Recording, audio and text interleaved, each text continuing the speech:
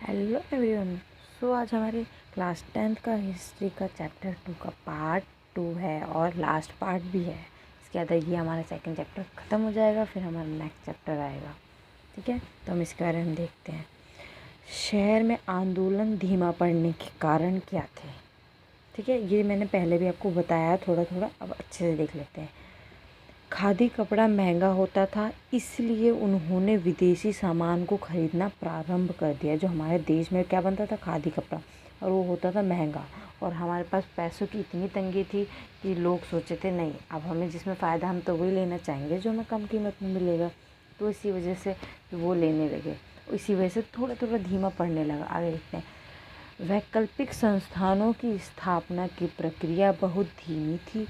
फलस्वरूप विद्यार्थी और शिक्षक सरकारी स्कूलों में लौटने लगे और वकील दोबारा सरकारी आंदोलन अदालतों में जाने लगे। ये चीज़ मैंने आपको इससे पहले जब वीडियो बनाई थी उसमें सारी चीज़ें समझा रही थी आपको। ग्रामीण इलाकों में विद्रोह, ग्रामीण इलाकों में किस तरह विद्रोह फैला, कितने टाइम तक रुका, कितने अच्छे से चला, कितना नहीं चला, इसके बारे में हम इसमें देखेंगे। ठीक है। भारत में ज़्यादातर लोग खेती करने का काम करते थे। ब्रिटिश शासन काल में किसानों और मजदूरों को बेगार नियम का पालन करना पड़ता था। पहले तो आप ये जानो बेकार क्या होता है। बेगार का मतलब ये होता है बिना पैसे दिए आपसे काम करवाया जाएगा। ठीक है, बेगार का इतना मतलब था। और इस शासन काल में वो लोग ऐसे ही करवाते थे। कौन? अंग्रेज लोग। बेगार में काम करना पड़ता था। अवध के बाबा रामचंद्र तथा जवाहरलाल नेहरू जी ने किसानों के नेतृत्व में अवध किसान सभा का गठन किया, जिसमें उन्होंने मांग किया कि बेगार व्यवस्था को ख़त्म किया जाए, लगान कम किया जाए, दमनकारी जमींदारों का सामाजिक बहिष्कार किया जाए। सामाजिक बहिष्कार क्या होता है इसे समझो।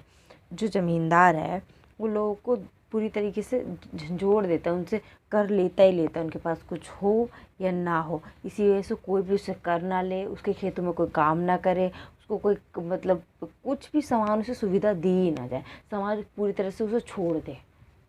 तो वही होता है सामाजिक बहिष्कार। अब बागानों में स्वराज। बागानों का मैंने आपको पहले भी थोड़ा बताया था, पर अब इसमें हम डीपली पढ़ेंगे कि बागानों का स्वराज कैसा था, क्या था, क्यों था। ठीक है, तो अब देखते हैं 1959 के इंग्लैंड इमिग्रेशन एक्ट के तहत बागानों में काम करने वाले मजदूरों को बिना इजाज़त बागान से बाहर जाने की छूट नहीं थी। कब? 1959 में। इंग्लैंड का क्या था? Immigration act.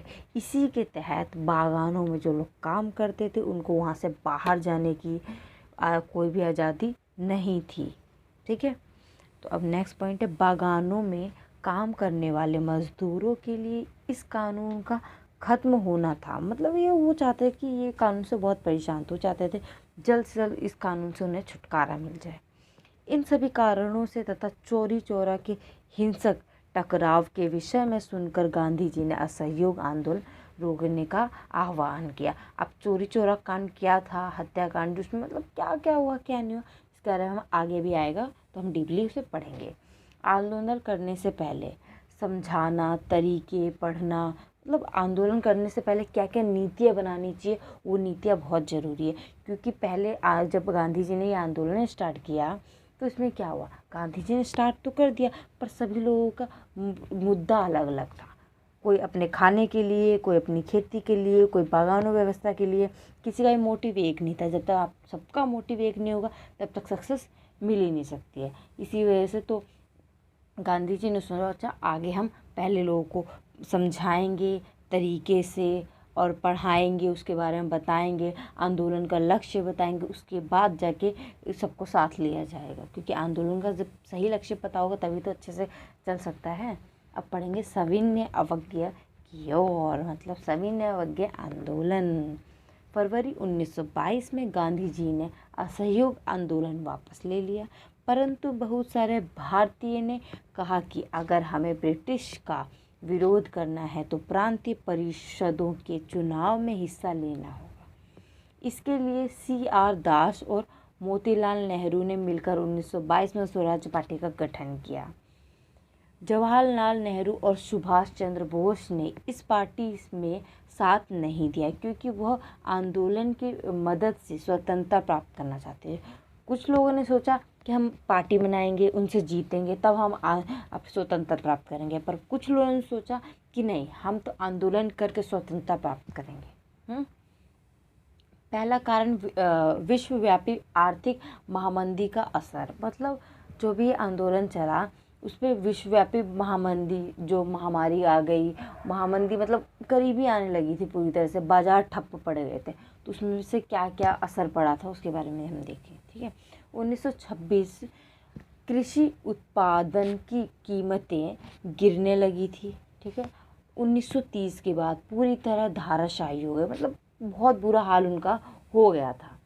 कृषि उत्पादों की मांग गिरी और निर्यात कम होने लगा। जब निर्यात कम होगा तो लोगों के पास तो खेती उनकी रह जाएगी ना, तो फिर वो पैसा कहाँ से आएगा। तो किसानों को अपनी उपज बेचना और लगान चुकाना भी भारी पड़ने लगा।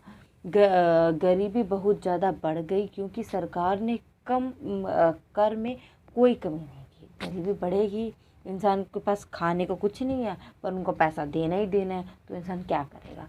तो इसी वजह से बहुत ज़्यादा दिक्कत आई। अब साइमन कमीशन के बारे में पढ़ते हैं डिटेल में। इसका पहला पॉइंट है, ब्रिटेन की नई सरकार ने राष्ट्रवादी आंदोलन के जवाब में एक वैधानिक आयोग का गठन किया। कैसका? वैधानिक आयोग का गठन किया। इस आयोग को भारत में संवैधानिक व्यवस्था की कार्यशैली का अध्ययन करना था और उसके बारे में सुझाव देना था।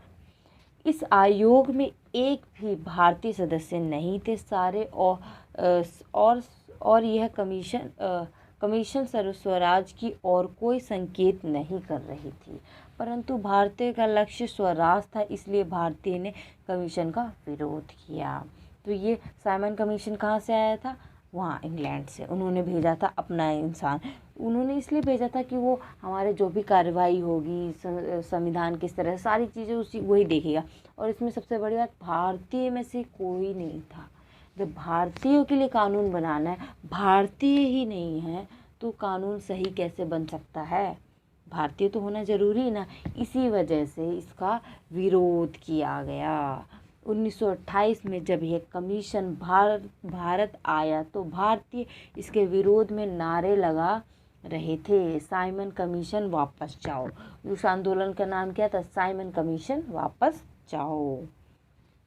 लाहौर से इस कमीशन के विरोध कर रहे भारतीय पर पुलिस ने लाठीचार्ज कर दिया। बताओ, लाहौर से जो भी इसके लिए विरोध कर रहे थे उन पर पुलिस वालों ने लाठीचार्ज कर दिया था।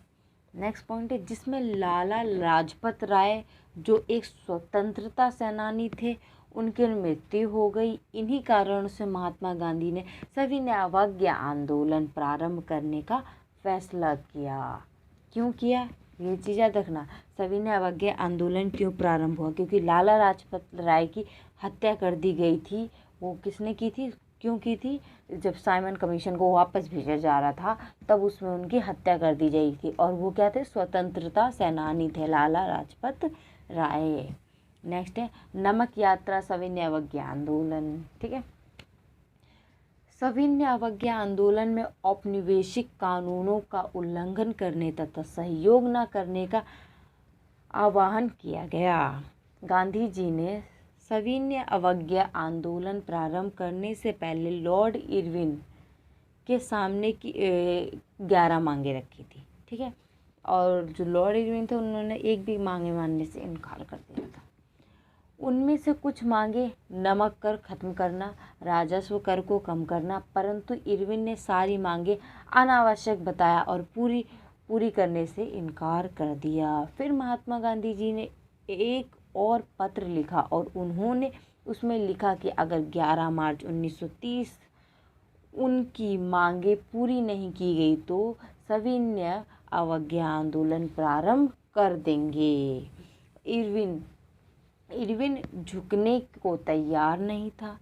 गांधी जी ने सविनय अवज्ञा आंदोलन प्रारंभ कर दिया। इस बार गांधी जी ने पहले देश को एकता में बांधने प्रारंभ किया। इसके लिए उन्होंने नमक चुना क्योंकि नमक सभी प्रयोग करते थे, चाहे वो गरीब हो या अमीर हो, दोनों ही इसके लिए कर अदा करते थे। मतलब नमक पे भी कर लिया जाता था। ये तो पूरी तरह हमें लूटते ही रहते थे। इसी वजह से फिर गांधी जी ने ये आंदोलन किया। सरकारी कानून के तहत कोई भी प्राइवेट कंपनी नमक नहीं बना सकती थी। गांधी जी ने सबसे पहले इसी कानून को तोड़ने का फैसला किया। उन्होंने दांडी यात्रा शुरू किया। इसी को हम दांडी यात्रा भी कहते हैं, नमक आंदोलन को। गांधी जी अपने 78 विश्वत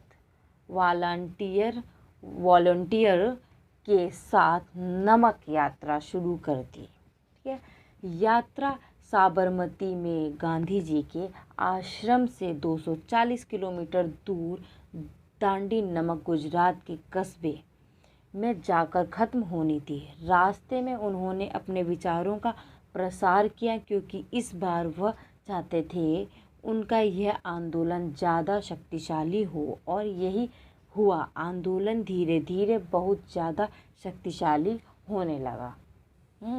नेक्स्ट है हमारा, उस साल नमक को बहुत अधिक मात्रा में अवैध तरीके से बनाया गया।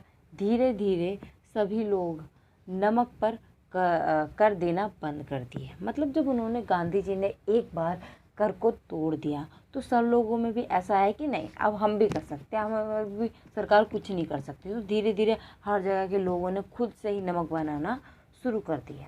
यह आंदोलन धीरे धीरे और शक्तिशाली हो गया, और अंग्रेज़ों ने इससे जुड़े सभी नेताओं को जेल में डालना प्रारंभ कर दिए, ताकि इस आंदोलन को रोका जा सके। अप्रैल 1930 में जब गांधी जी के समर्पित साथी अब्दुल गफ्फार खान को गिरफ्तार किया गया, तो गुस्साए भीड़ सशस्त्र बंद गाड़ियों को पुलिस की गोलियों का सामना करते हुए सड़कों पर उतर आए। मतलब पुलिस की गोलियां उन पर पड़ रही थी, पर फिर भी वो जिद पे थे, वो बहुत गुस्से में होते। तो क्योंकि उन्होंने अब्दुल गफ्फार खान को गिरफ्तार कर लिया था अंग्रेज़ों ने, इसी वजह से जो भीड़ थी बहुत गुस्साई हुई थी। बहुत सारे लोग मारे गए।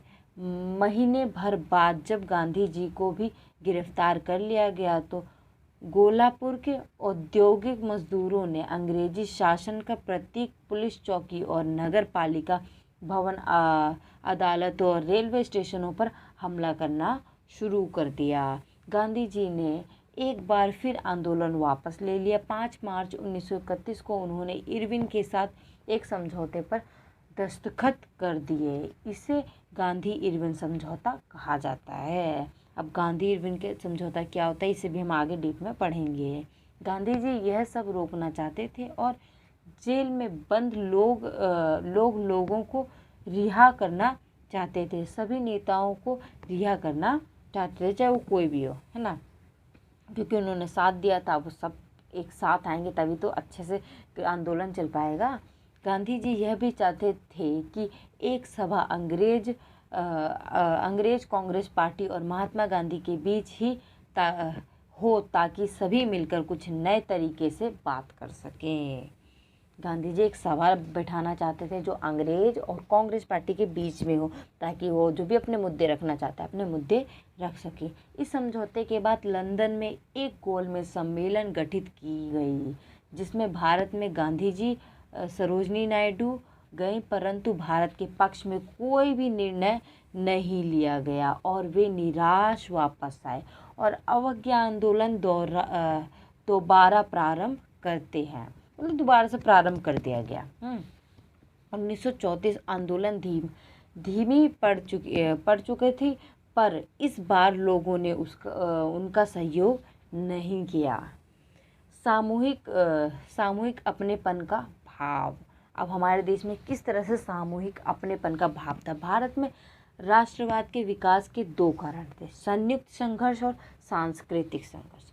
संयुक्त संघर्ष 19वीं और 20वीं सदी के बीच जितने भी आंदोलन की शुरुआत की गई, सब में सभी समुदाय ने मिलकर भाग लिया, और इसी एकता की वजह से संयुक्त संघर्ष की बात पूरे देश में फैल गई। क्योंकि जब कोई भी साथ मिल जाएंगे ना, तो वो अच्छा कर देंगे। अब जब पूरे देश साथ मिल गया फिर तो कोई दिक्कत ही नहीं है, फिर तो अच्छे से कामयाबी मिलनी ही मिलनी है। सांस्कृतिक प्रक्रियाएं 20वीं सदी से भारत में रूपक, गीत, प्रतीक चिन्ह आदि बहुत सारी चीज़ों का निर्माण किया गया। यह सभी संस्कृति से जुड़ी हुई थी।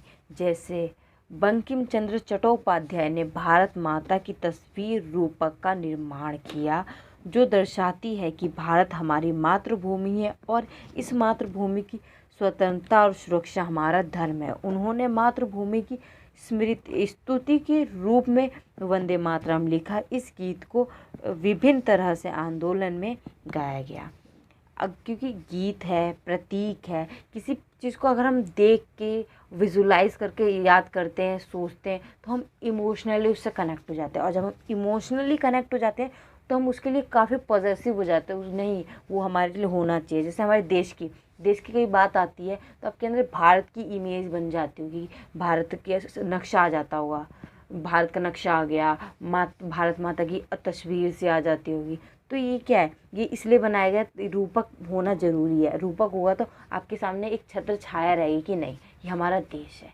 उसी तरीके से जैसे मैंने आपको बताया था इससे पहले जो हमने पढ़ा था नेपोलियन वाला चैप्टर, फर्स्ट चैप्टर में, उसमें यही सब था। उन्होंने भी प्रतीक बनाया था जिससे लोगों में देश प्रेम की भावना जागृत हो। लास्ट देखते हैं, भारतीय तिरंगा। बंगाल में स्वदेशी आंदोलन के दौरान एक तिरंगा झंडा तैयार किया गया। मतलब बंगाल में जो स्वदेशी आंदोलन चल रहा था उसमें भी तिरंगा तैयार किया गया, जिसमें हरा, पीला और लाल रंग था। इसमें ब्रिटिश भारत के 8 प्रांतों का प्रतिनिधित्व करते कमल के 8 फूल और हिंदुओं व मुसलमानों का प्रतिनिधित्व करता एक अर्धचंद्र दर्शाया गया था। गांधी जी ने भी स्वराज का झंडा तैयार कर लिया था। यह भी तिरंगा सफ़ेद, हरा और लाल था। इसके मध्य में गांधीवादी प्रतीक चरखे को जगह दी गई थी, जो स्वावलंबन का प्रतीक था। जुलूस से झंडा थामे चलना शासन के प्रति अवज्ञा का संकेत था। तो आपको कैसा लगा चैप्टर? अच्छा लगा हो तो लाइक करना, एंड सब्सक्राइब नहीं किया हो तो सब्सक्राइब करना। और जो भी तुम्हारे फ्रेंड्स हैं जो 10th में हैं, उनको नीड या फिर वो पढ़ना चाहते हैं, तो उनको सेंड करना ताकि उनकी भी हेल्प हो सके तुम्हारे साथ। ठीक है।